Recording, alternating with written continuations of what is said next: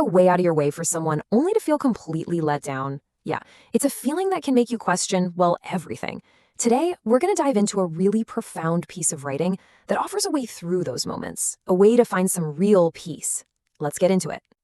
This quote, wow, it's raw, it's almost cynical, but let's be honest, it really captures a feeling we've all had at some point. It's a pretty stark observation, and it really sets the stage for everything we're about to explore. So let's really unpack that feeling. The source material paints this picture of a super common scenario, one that starts with you doing something kind and ends with that sharp, bitter sting of ingratitude. What's so wild here is the timing. The author doesn't say a day or a week later, but as little as an hour. You help someone out, you offer something from the heart, and almost instantly, poof, it's like it never even happened. The memory of the gift is gone, and so is the memory of the giver.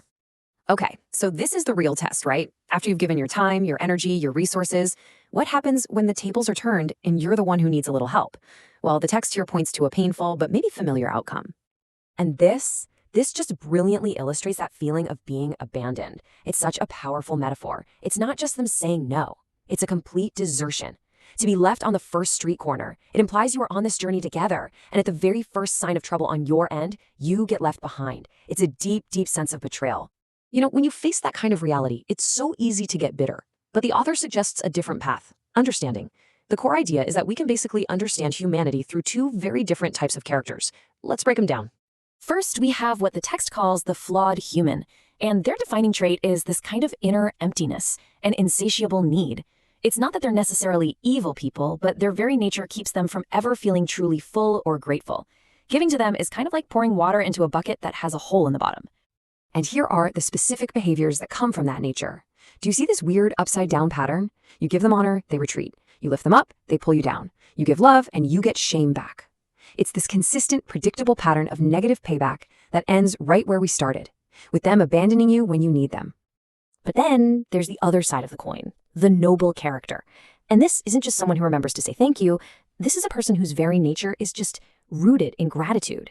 Being around them feels expansive. Their response to kindness isn't just appreciation, it's this almost overwhelming desire to give back way more than they ever got. This side-by-side comparison just makes it crystal clear, doesn't it?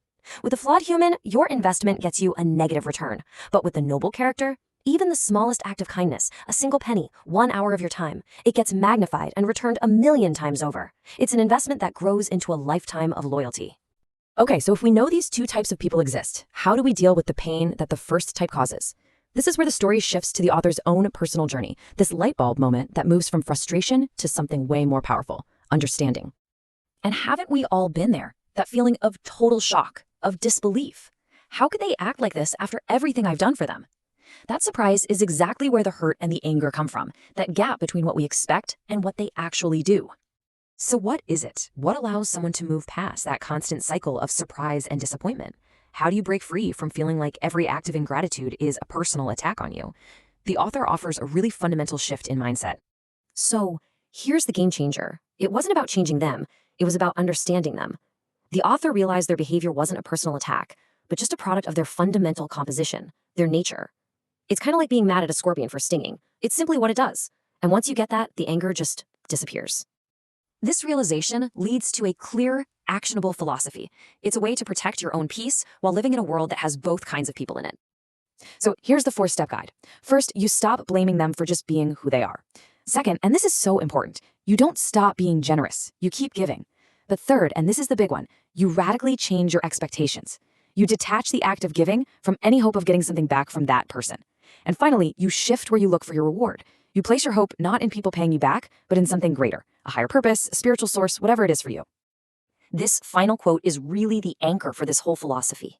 Peace doesn't come from getting people to change. It comes from changing where you place your hope. By giving freely without expecting a human reward, you free yourself from all that disappointment and anger. The real reward comes from somewhere else entirely, a much more reliable source. And that really just leaves us with a choice. When you run into that ingratitude again, and you will, which path are you going to choose? The path of resentment, where you're just stuck in that endless cycle of disappointment?